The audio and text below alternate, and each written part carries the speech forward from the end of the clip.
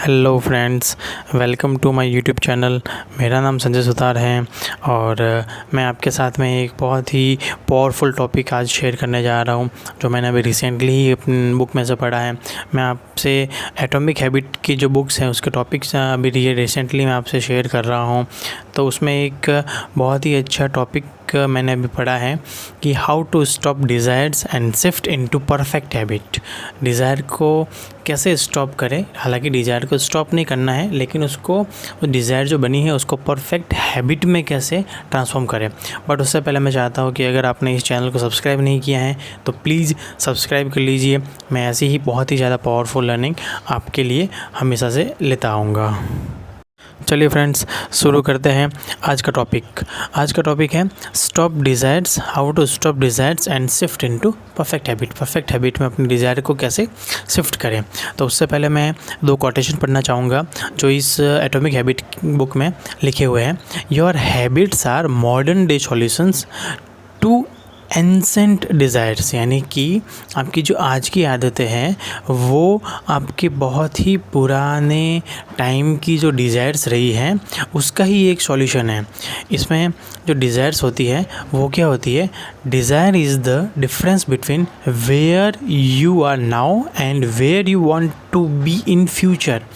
यानी कि डिज़ायर जो आज आप जहाँ हैं और आप फ्यूचर में जहाँ होना चाहते हैं उसके बीच का डिफरेंस है। यानी कि आज आप अगर कहीं पे भी हैं, जैसे कि अगर मैं पैसों में बात करूँ तो आज आप अगर अपनी सैलरी 15,000 पे है तो आपकी डिज़ायर है कि मैं फ्यूचर में 2-3 साल 4 साल 5 साल बाद मैं 1 लाख पे पहुँचूँ। तो वो एक डिफरेंस है जो आप अभी हैं उसमें और जो आप फ्यूचर में होना चाहते हैं उसमें। चलिए फ्रेंड्स, इसको एक एग्जांपल से समझते हैं। मैं आपके सामने एक एग्जांपल रखने जा रहा हूँ कि एक फ़ोटोग्राफ़र की यूनिवर्सिटी थी। उसमें फ़ोटोग्राफ़र जो प्रोफेसर थे जो अपने क्लास को 2 भागों में बांटते हैं, ए और बी। उस ए ग्रुप को वो नाम देते हैं क्वांटिटी ग्रुप और बी को वो नाम देते हैं क्वालिटी ग्रुप। अब उनमें ये एक शर्त रखी जाती है कि जो क्वांटिटी ग्रुप होगा ना वो मिनिमम इस सेमेस्टर में 100 फ़ोटोज़ खींचेगा। यानी कि 100 फ़ोटोज़ में से हम उसको कैटेगराइज करेंगे उन फ़ोटोज़ को और उनको ABC कैटेगरी में रखेंगे। जो ए कैटेगरी में फ़ोटोज़ होगी और उनको हम बहुत ही अच्छे इनाम देंगे और उनको अप्रिसिएशन करेंगे। अब दूसरे ग्रुप को, इसके जस्ट ऑपोजिट जो क्वालिटी वाला ग्रुप था, उनको बोला गया कि आपको एक ही सिंगल फ़ोटो खींचनी है इस पूरे सेमेस्टर में, लेकिन वो क्वालिटी फ़ोटो होनी चाहिए। सिंगल फ़ोटो और क्वालिटी फ़ोटो होनी चाहिए। इन दोनों को ये ग्रुप को टास्क दिया गया।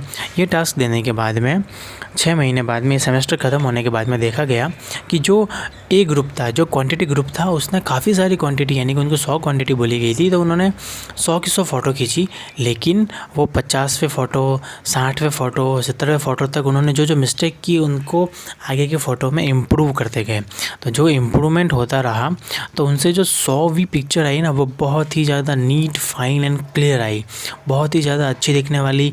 और इनके एक्सपेरिमेंट से जो रिज़ल्ट निकला था वो फ़ोटो इनके सामने आई।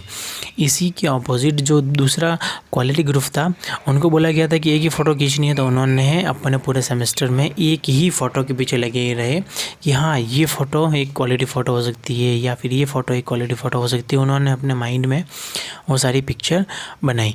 लेकिन यहाँ पे क्या रिज़ल्ट निकला कि जो क्वांटिटी ग्रुप था जिन्होंने 100 फ़ोटोज़ खींची थी उनका ग्रुप जीत गया। उनका ग्रुप क्यों जीता? उनके ग्रुप जीतने का ऐसा कोई रीज़न नहीं था, क्योंकि वो ना तो क्वालिटी फ़ोटो में उनको बोला गया था कि क्वालिटी फ़ोटो खींचनी है। लेकिन यहाँ पे एक डिफरेंस देखा गया कि जो क्वांटिटी वाला ग्रुप था उसने हर एक फ़ोटो में अपना इम्प्रूव करते गए। उनकी जो रिपीट एक जो हैबिट बन गई थी फ़ोटो खींचने की, उनसे वो इम्प्रूवमेंट होता गया। सो फ्रेंड्स, इस एग्जांपल से अपने को पता चलता है कि जो डिफरेंस है मोशन और टेकिंग एक्शन में। मोशन यानी कि अपन उसके बारे में सोचते रहे, लेकिन दूसरे वाले ग्रुप ने उस पर एक्शन लिया, उसमें इम्प्रूव करते गए। यहाँ पे मैं एक और एग्जांपल से आपको अगर समझाऊँ कि मैं अपना वेट 90 किलो से कम करना चाह रहा हूँ। हालांकि मेरा वेट इतना 90 किलो है नहीं, मेरा वेट अभी 71 किलो है।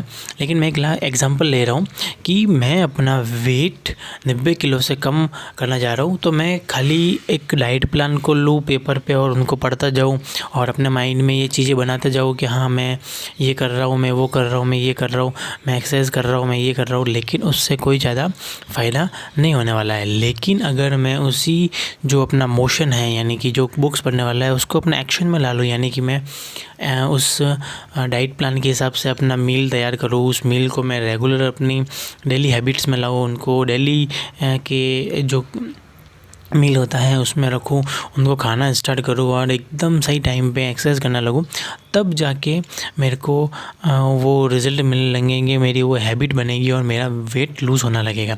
तो यहाँ पे मोशन तो इम्पॉर्टेंट है, लेकिन वो एक्शन यानी कि वो रिज़ल्ट प्रोड्यूस नहीं करती। मोशन तो इम्पॉर्टेंट है, मोशन इम्पॉर्टेंट है कि आपने डाइट प्लान बनाया, लेकिन वो रिज़ल्ट नहीं प्रोड्यूस करेगा। डाइट प्लान बनाने से ही रिज़ल्ट नहीं आएगा, उस पे एक्शन लेना पड़ेगा तभी वो रिज़ल्ट ला पाएगा। लेकिन फ्रेंड्स कई बार क्या होता है कि जो मोशन है वो बहुत ही ज़्यादा डेंजर सिचुएशन में अपने को डाल देता है, क्योंकि उससे जो फीलिंग आती है ना वो यही आती है कि हम एक्शन ले रहे हैं, हम एक्शन ले रहे हैं, हम एक्शन ले रहे हैं। तो जो मोशन है वो हमें कभी एक्शन लेने के लिए मोटिवेट करते करते करते वो एक प्रोकास्टिनेशन यानी कि एक बार बार उस चीज़ों को आगे धकेलने की और हमको ले जाता है। लेकिन अगर यहाँ पे मैं एक और एग्ज़ाम्पल लूँ कि मैंने मोशन का मैं एग्ज़ाम्पल ले रहा हूँ अपने यहाँ पे, कि मैंने अपने जो पोटेंशियल क्लाइंट थे उन 4 क्लाइंट्स को मैंने फ़ोन किया और उन पे बात की, हाँ वो मेरा प्रोडक्ट परचेज़ करना चाह रहे हैं, वो मेरा प्रोडक्ट बाय करना चाह रहे हैं, लेकिन हम इससे अपनी राइट डायरेक्शन यानी कि अपने सही दिशा में तो जा रहे हैं कि हम उन क्लाइंट से बात की, मैंने बस एक बार बात की और उनको छोड़ दिया। लेकिन अगर हमने उन पे प्रॉपर एक्शन नहीं लिया यानी कि फॉलोअप प्लान नहीं बनाया, जिस क्लाइंट ने बोला है कि हाँ मेरे को इतने दिन बाद कॉल करना, हमने वो एक्शन नहीं लिया, वो उतने दिन बाद कॉल नहीं किया, हो सकता है कि हमने जो स्टार्टिंग में जो उनसे बात की थी वो आगे जाके किसी भी रिज़ल्ट में नहीं आए। तो फिर यहाँ पे फॉलोअप लेना एक एक्शन है, लेकिन बात करना एक मोशन है, यानी कि बात की वो एक मोशन हो गया, लेकिन फॉलोअप लेना एक एक्शन है। तो ऐसा कभी भी नहीं हो कि हमारे जो मोशन है वो हमको आगे से आगे प्रोकास्ट करता रहे, यानी कि हमको आगे से आगे धकेलता रहे।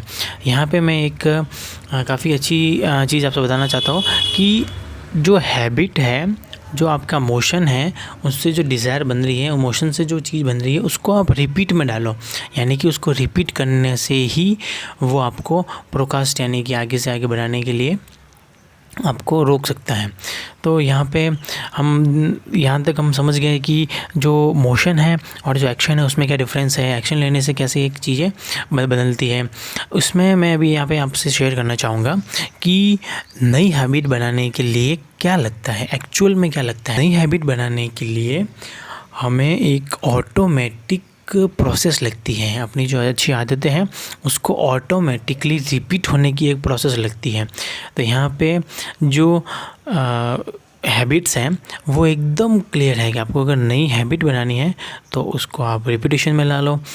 रिपीटेशन से क्या होगा, मैं आपसे यहाँ पे एक सिंपल चीज़ बनाना चाहूँगा। जब भी आप कोई काम करते हैं तो आपके माइंड में 2 नर्व सिस्टम के बीच में एक कनेक्शन बनता है। वो कनेक्शन अगर स्ट्रॉन्ग नहीं है तो वो थोड़ी दिनों बाद टूट जाएगा। तो जैसे जैसे अपने बिहेवियर में वो उस आदत को रिपीट करते जाएंगे तो ये सिंपल सा है कि उन न्यूरॉन के बीच में जो कनेक्शन है वो और भी ज़्यादा स्ट्रॉन्ग होता जाएगा, और भी ज़्यादा मजबूत होता जाएगा। तो यहाँ पे एक साइंटिस्ट है हेब्स, उन्होंने अपना लॉ दिया है कि neurons that fire together wire together, यानी कि जो न्यूरॉन्स रेगुलरली फायर कर रहे हैं अपने एक साथ में, यानी कि रेगुलर जो एक हैबिट को परफॉर्म करते हुए देख रहे हैं, वो एक दूसरे में बहुत ही अच्छा कनेक्शन बना पाएंगे, बहुत ही अच्छे से जुड़ पाएंगे। अब रिपीटिंग हैबिट है ना, वो आपके जो ब्रेन है उसमें फ़िज़िकल चेंजेस को भी लाती हैं। कई सारे ऐसे जो हार्मोन्स होते हैं, यानी कि कई बार रिपीट अपन एक्शन करते हैं तो अपने को मज़ा आने लगता है, तो उनको भी अपने माइंड में एक जगह देती हैं और उसको नई से नई हैबिट बनाने के लिए प्रोत्साहित करती है। तो जब भी हम वो हैबिट रिपीट करते हैं हम पर्टिकुलर वो न्यूरॉन सिस्टम को एक्टिवेटेड करते हैं, यानी कि एक हैबिट के साथ में एक न्यूरॉन सिस्टम एक्टिवेट होता है। तो जब हैबिट रिपीटेड होने लग जाएगी ऑटोमेटिकली, तो वो अपने आप ही उस न्यूरॉन सिस्टम को एक्टिवेट कर लेगी। जब भी हम वो सोचेंगे हाँ वो हैबिट ऑटोमेटिक एक्शन में आ जाएगी। बट मैंने यहाँ पे कई बार सुना है कि एक हैबिट लगाने में आपको 21 दिन का टाइम लगता है। मैं उसमें बिल्कुल भी एग्री नहीं करता। हो सकता है कि हाँ वो 21 दिन का टाइम लगता हो, लेकिन उस हैबिट को बनाने में 30 दिन भी लग जाए, 30 महीने भी लग सकते हैं और 300 दिन भी लग सकते हैं। मैं यहाँ पे जो एग्ज़ाम्पल ले रहा हूँ वो इसलिए ले रहा हूँ कि जब तक कोई भी आप एक अच्छी हैबिट को अच्छे से रिपीट मोड में नहीं ला सकते, ऑटोमेटिकली रिपीट मोड में नहीं ला सकते, तब तक वो हैबिट आपके यहाँ पे आपके जो बॉडी में या फिर आपके जो डेली रूटीन में है वो नहीं लगेगी। यहाँ पे जो उस हैबिट की रिपीट होने की फ्रिक्वेंसी है ना, वही ज़्यादा से ज़्यादा इम्पेक्ट करती है, वही डिफरेंस लाती है। अदरवाइज़ आपने कोई हैबिट 20 दिन तक की, 30 दिन तक की, लेकिन अगर वो उसके आगे चल के अगर रिपीट एक्शन में नहीं आई तो वो आपकी लाइफ में कभी भी वो हैबिट नहीं बढ़ेगी। तो यहाँ पे ये एकदम क्लियर है कि जितनी हैबिट को रिपीट करने की फ्रिक्वेंसी होगी उतनी ही ज़्यादा अच्छी हैबिट बनने लगने के चांसेस बहुत ही जल्दी बनेंगे। यानी कि एक हैबिट को अगर आप 5 दिन में 5 बार अगर रिपीट कर रहे हैं तो वो हो सकता है 21 दिन में बन जाए, लेकिन एक हैबिट को आप 2 दिन में एक बार कर रहे हैं तो वो कैसे 21 दिन में बन सकती है। तो हमें हमेशा जो हैबिट लगानी है उसके लिए प्रैक्टिस ही करनी पड़ेगी, रिपीटेबल प्रैक्टिस करनी पड़ेगी। To build habit you need to practise it, यानी कि आपको प्रैक्टिस ही करनी पड़ेगी। तो फ्रेंड्स, हम इस वीडियो के एंडिंग में आ चुके हैं। तो समरी में आपसे यही मैं कहना चाहूँगा कि अगर आपको कोई हैबिट लगानी है तो उसकी आप प्रैक्टिस कीजिए, ना कि प्लानिंग। यानी कि प्लानिंग करने से तो वो प्रोकास्ट होती रहेगी, वो आगे से आगे खिसकती रहेगी।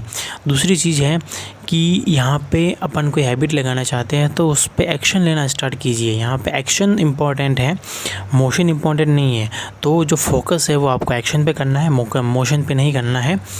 अगर कोई हैबिट जो है वो अपने बिहेवियर में नहीं आ जाती, जब तक वो अपने बिहेवियर में आके ऑटोमेटिक रिपीट नहीं होने लग जाती, तब तक कोई भी नई हैबिट नहीं पड़ेगी। तो फ्रेंड्स, इसमें मैंने जो हैबिट है वो नई हैबिट लगाने के लिए आपको कुछ और नए टिप्स दिए हैं कि आप उस हैबिट को जितना जल्दी अपने रिपीट में लाएंगे, उसको जितना जल्दी रिपीट करेंगे, वो आपके लाइफ में पड़ती जाएगी।